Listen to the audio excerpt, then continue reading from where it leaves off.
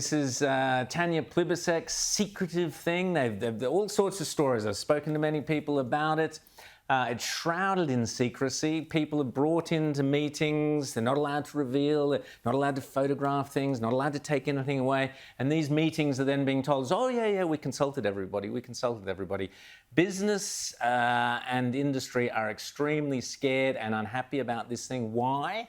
Because Australia already has the most draconian and onerous environmental laws to protect species and habitat, which is all great, in the world. The most onerous in the world. And yet this Labor government ain't happy with that. They're going to ramp it up on steroids. They're going to make it virtually impossible to do business, to do mining, to do agriculture, to do developments without adhering to this nature-positive globalist philosophy. It's terrifying stuff. It's shrouded in secrecy, which seems to be the only way that this government knows how to operate. One of the many people, including, who knows, because they won't even reveal where all these so-called species, threatened species are. Who knows? Could be you, could be any business. But one of the people, of course, being affected by this is agriculture and mining in WA. And here's Tony Seabrook from the Pastoralists and Graziers Association in WA to talk to us about his fears. He alerted us to the WA cultural heritage, you will remember, during the Voice campaign. Tony, what's this nature? But we thought we've just escaped WA heritage, we've just escaped the Voice, and now they're trying to foist nature positive on us. What's going on?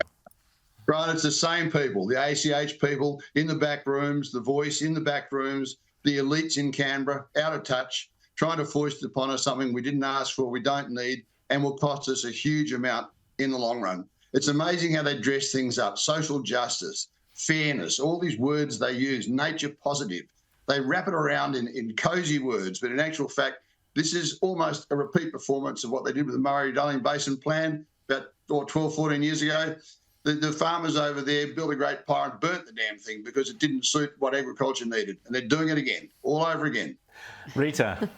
Well, yeah, we do have these unelected bureaucrats who are wielding enormous power. Tell us about these consultations, these really confidential consultations that they've had to figure out what this nature positive plan is going to look like. Has there been any satisfaction from those meetings from industry as far as you know? No, not really. When people have to sign a non-disclosure document before they get invited into the inner sanctum, you know you got a problem. You really got a problem. And the ACH stuff that came out of nowhere, the people that dreamed up the concept of the Voice and what they were proposing to do with that. And what worries me most of all is at the very head of this, we're seeing that phrase, Indigenous and heritage. You know, this is terrifying stuff. You know, these people represent a very small portion of our population. They don't have any track record of conservation or care. They survived on this land for a long time. Remarkably, they survived. But when I hear them continue talking about Indigenous land care, what the hell is Indigenous land care? What did they do? How did they do it? We don't need them front and centre of this.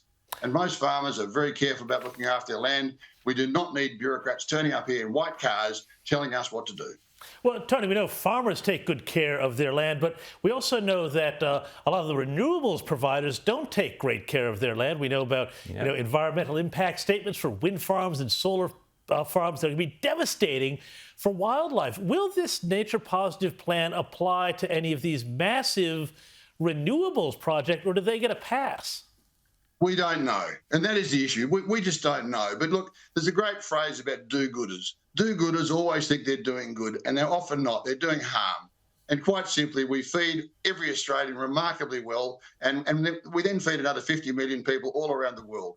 The federal government had an inquiry a little while ago into food security in Australia, and I added to the report we put in at the very end of it, the greatest threat to food security in Australia is actually the government and bureaucracy. Absolutely. And Tony, just before we go, they will say, oh, no, this was just a talking point. We were floating the idea, the usual thing. But one of the things that came out of one of the so-called consultations was a 40-kilometre speed limit across the Pilbara.